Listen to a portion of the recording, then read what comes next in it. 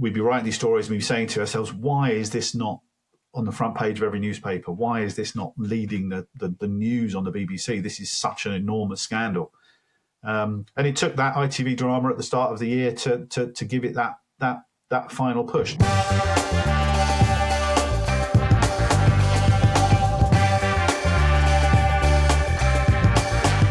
Can you just tell the listeners what sort of project or what story that you worked on are you most proud of during your time at Computer Weekly? Because you covered a lot of stories. What stands out for you?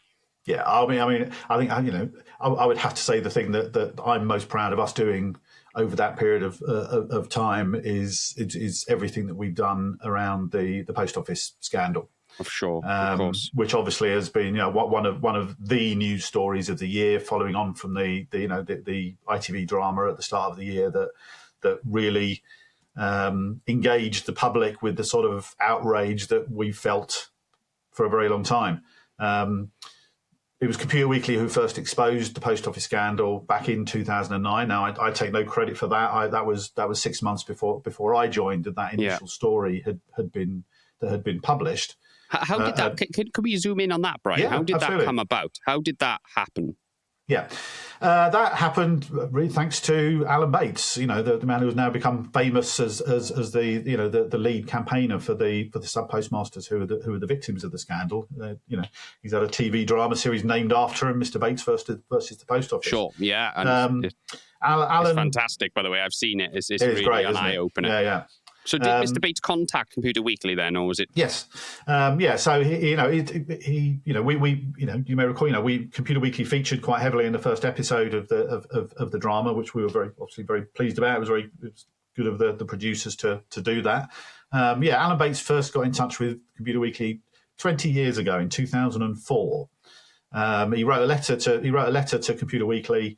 Off the recommendation of a friend who worked in IT and said, Computer Weekly investigates a lot of these sort of, government IT cock-ups and this sort of thing.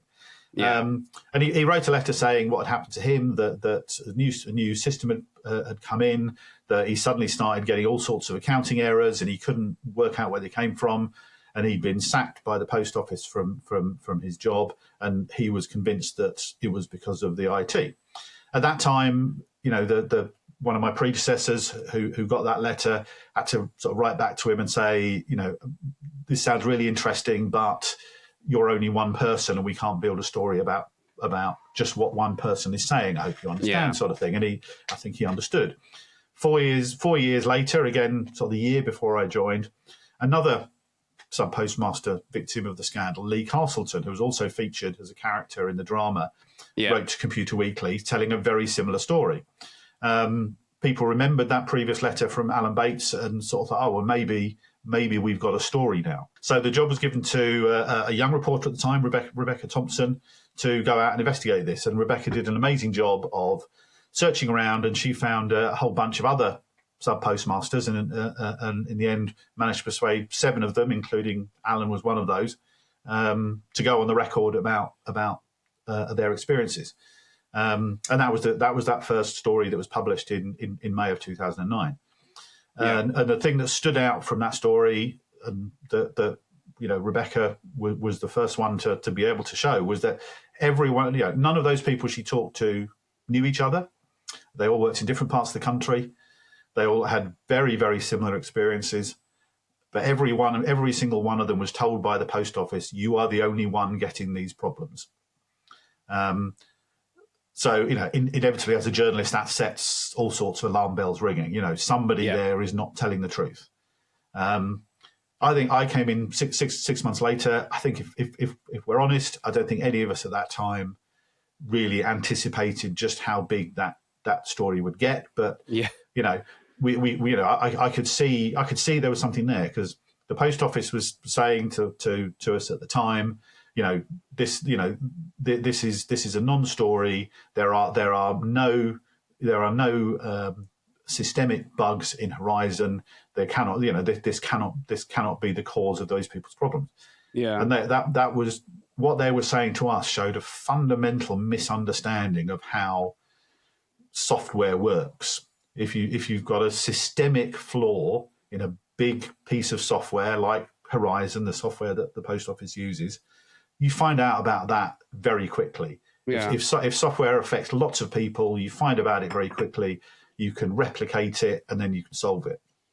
The software bugs that cause companies problems are the intermittent ones, the ones that are hard to replicate, the ones that don't happen very often, that might only happen to one person because just say they accidentally hit the wrong key at the wrong time, and it causes a behavior in the system that the software doesn't know how to deal with. Yeah. So, that just sort of added to the red flags for us that what the post office was saying to us was not right. And basically, in that 15 years since then, we have kept plugging. We've written more than 400 stories now on the post office scandal, many of which were just little markers in the sand, showing the progress of what was happening on this. We've done some big stories in that time as well. We've been the first to reveal evidence of some of the bugs that were present in the Horizon system that were causing these sort of accounting losses. And for a lot of that time, there was huge frustration among the team and those of us who were involved with it. We'd be writing these stories and we'd be saying to ourselves, why is this not on the front page of every newspaper? Why is this not leading the news on the BBC? This is such an enormous scandal. And it took that ITV drama at the start of the year to give it that final push to get the general public to understand the story in a way and to tell that story in such a way that made them share the anger and the outrage that we had for many years in pursuing that. And so now it's amazing to see the profile it's got, how much has happened, all the good things that are happening to now exonerate the postmasters that have been prosecuted. And it's been an incredible thrill as a journalist to have been part of that, both in terms of everything that's happened this year and to have been part of exposing what is generally regarded now as the most widespread miscarriage of justice in British legal history. As It's unbelievable. Yeah, as sort of my chief reporter, Carl Flinders, who's done most of the work on this. Carl is very much the guy who should take most of the credit in terms of the writing. He said to me once, this is the sort of story I came into journalism to be involved with. And I think he's absolutely right. Yeah. So you obviously, would have followed this story closer than most, yourself and your team. Yeah. What was the most compelling or shocking finding from your coverage of the whole scandal? I mean, there have been so many wow moments over the course of this story, and even recently, with everything that's been going on at the public inquiry. Yeah. As you and I are recording this, it's the week after Paula Bennells, who was the former chief executive of the Post Office at the time all this cover up was going on. Even with everything that we know, there are still things coming out now that are gobsmacking revelations. But I think the thing that sort of came across to us in the early days was, just how broken the culture at the post office was. This enormous institution with a huge social value within the UK. Its marketing slogan at the time this was going on was Britain's most trusted brand. And they were. I can remember surveys at the time, brand surveys, post office, most trusted brand in the. I think a lot of people. UK. I think a lot of people grew up thinking it was the public sector. It was government. Well, it was. Yeah, it was absolutely. It was. It used to be. It did used to be. Yeah, it did. Government, obviously. But it retained that level of. Do you know what I mean? Yes. You just thought it was the people. Do you see what I mean? But absolutely. Yeah. But I think we would hear.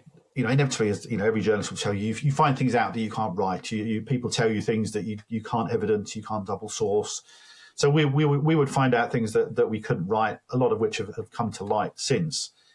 But I think the thing that shocked us most was the attitude towards the sub postmasters from the institution. For most of us, for you and I who use our local post office branches, the post office is the sub postmaster. It is the person in the little rural branch who knows everybody in the community and knows all the pensioners when in the days when they used to go in and get their pensions from the post office once a week and all this sort of thing. They are the post office. But it became it became apparent that the institution, the people in the centre of the post office, thoroughly distrusted those sub postmasters, and the culture at the time that the Horizon IT system was rolled out. Before Horizon, postmasters kept manual accounts and fed those back up to the post office.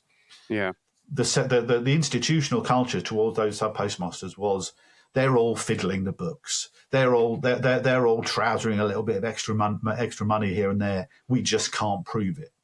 So when this IT system came in that automated all the accounting processes across all of the post office, and then in the early 2000s it started throwing up accounting errors and showing that large numbers of these branches were having losses.